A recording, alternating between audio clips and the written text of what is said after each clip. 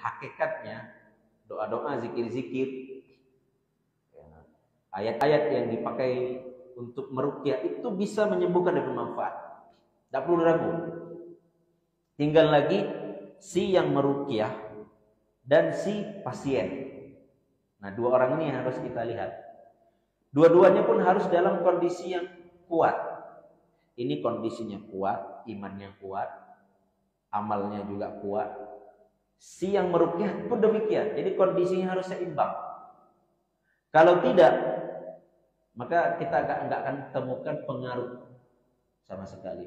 Maka fama takhallafa syifa, ketika seorang tidak mendapatkan kesembuhan dari ayat-ayat ruqyah atau doa-doa ruqyah atau zikir-zikir yang diajarkan Nabi untuk dipakai ruqyah, enggak sembuh dia setelah dibacakan itu. Maka banyak faktor. Yang jelas masalahnya bukan pada ayat-ayat ruqyah dan doa-doanya. Masalahnya adalah pada si pasien atau pada si yang meruqyah atau dua-duanya bermasalah. Apakah si pasien dalam kondisi yang lemah atau si yang meruqyah atau memang peruqyah dan si penderita atau si pasien dua-duanya dalam kondisi lemah. Bahkan Ibnu Qayyim mengatakan di sini wa huwa ashalu dawa'in wa aisaruhu. Bahkan Al-Fatihah ini adalah obat yang paling terjangkau. Jadi jangan langsung terpikir obat-obatan kimia atau ramuan-ramuan alami. Ya, sebelum itu semua hendaknya kita biasakan dalam setiap penyakit, apakah itu penyakit fisik ataupun non fisik, yang terfikir oleh kita, langkah pertama kali yang kita ambil adalah ruqyah. Nah, ini butuh latihan. Begitu juga kita tanamkan pada anak dan istri. Panik, khawatir itu hal yang lumrah, manusiawi. Itu memang tabiat manusia seperti itu. Panik, apalagi emak-emak kalau udah sakit anaknya paniknya luar biasa. Tapi khawatir yang berlebih juga tak bagus. Nah, maka di sinilah peran seorang suami memberikan arahan kepada keluarganya, anak dan istrinya ketika ditimpa oleh penyakit, jangan terburu-buru untuk bergantung kepada selain Allah. Memang kita diperintahkan untuk melakukan sebab-sebab kesembuhan. Itu satu perintah. Tapi di sisi lain kita juga diperintahkan untuk menggantungkan hati hanya kepada Allah, bukan kepada sebab. Memang Allah jadikan itu sebab-sebab kesembuhan. Tapi kita tak disuruh untuk bergantung dengan obat-obatan.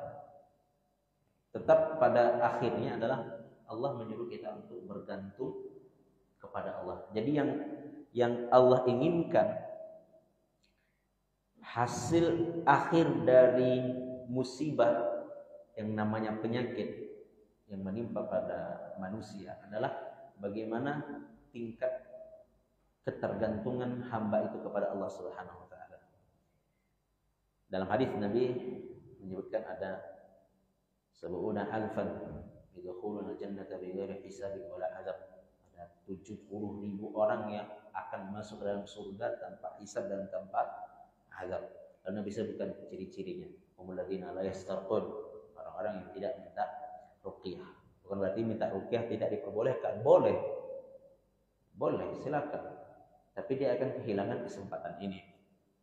Dan pun untuk masuk di dalam surga tanpa hisab dan tanpa azab bukan juga melalui 3 hal ini. Kita bisa dapati dari hal-hal yang lainnya. Tapi 3 hal ini paling mencolok. Yang punya 3 sifat ini paling mencolok. Artinya kesempatan untuk bisa masuk dalam daftar 70.000 orang yang masuk surga tanpa hisab dan tanpa azab adalah 3 sifat ini. Yang pertama, mereka adalah orang-orang yang tidak minta ruqyah. Berarti yang dituntut dalam syariat adalah ruqyah mandiri, bukan minta ruqyah. Maka satu hal yang tidak baik juga ketika ada acara ruqyah masal. Saya tak ingin komentar lebih tentang masalah itu, tapi saya hanya ingin mengomentari dari sisi ini. Ketika dibuat acara yang seperti ini, maka ada nilai tauhid yang fatal dan sangat berkurang. Nilai tauhid yang berkurang dan itu sangat fatal. Itu ketergantungan. Padahal yang Allah inginkan adalah nanti di akhir hadis akan ditekankan kemana sebenarnya poin yang Allah inginkan dari tiga golongan ini. Pertama, mereka tidak minta ruqyah. Berarti mereka tidak bergantung kepada orang. Jadi ruqyah dengan diri sendiri. Tak perlu minta bantuan orang. Kecuali memang pada tingkatan tertentu. Karena beda-beda masalahnya dalam penyakit non fisik. Ada yang memang kalanya dia butuh bantuan orang, tapi tidak perlu lisannya menyuarakan itu. Orang yang di sekitarnya pun paham akan kebutuhannya, sehingga orang datang menawarkan. Sebagaimana Aisyah ketika Nabi terkena penyakit atau terkena sihir, Aisyah menawarkan.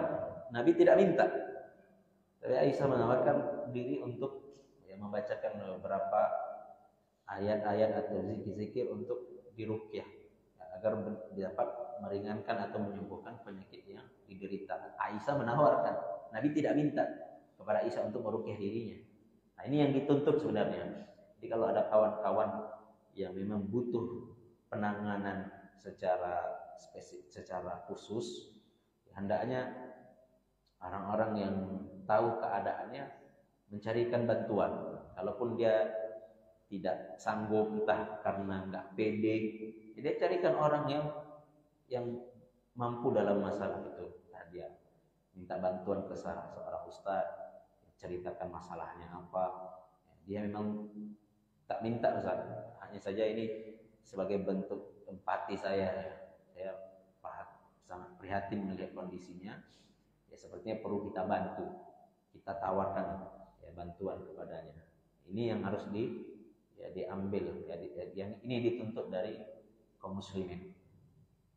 Yang kedua, wala yatatayyarun, tidak bertiarah, artinya menganggap sial sesuatu dengan tanda-tanda tertentu, angka-angka tertentu atau kejadian tertentu. Tak boleh. Dan yang ketiga, wala yaqtawun, tidak berobat dengan kayu, itu dengan besi panas. Lalu di akhir hadis Nabi mengatakan wa ala rabbihim yatawakkalun. Nah, sebenarnya poin intinya di sini. Semua mereka yang tiga ini, yang tidak minta ruqyah, yang tidak bertiarah, tidak menganggap sial sesuatu, dan juga tidak berobat dengan kai, tiga golongan ini semuanya memiliki satu kelebihan, yaitu wa ala rabbihim yatawakkalun. Sebenarnya di sini tingkat pengaruh ruqyahnya, yaitu ketergantungan kepada Allah Subhanahu wa taala. Semakin tinggi tawakalnya kepada Allah, pengaruhnya semakin besar. Semakin lemah, maka semakin lemah pengaruhnya. Di situ sebenarnya poin intinya. Memang kita diperintahkan untuk melakukan sebab, tapi di sisi lain kita juga diperintahkan untuk menggantungkan hati kepada Allah Subhanahu wa taala, bukan kepada sebab. Jadi orang yang ingin berobat melalui ruqyah, dia tidak boleh bergantung kepada ruqyah itu sendiri.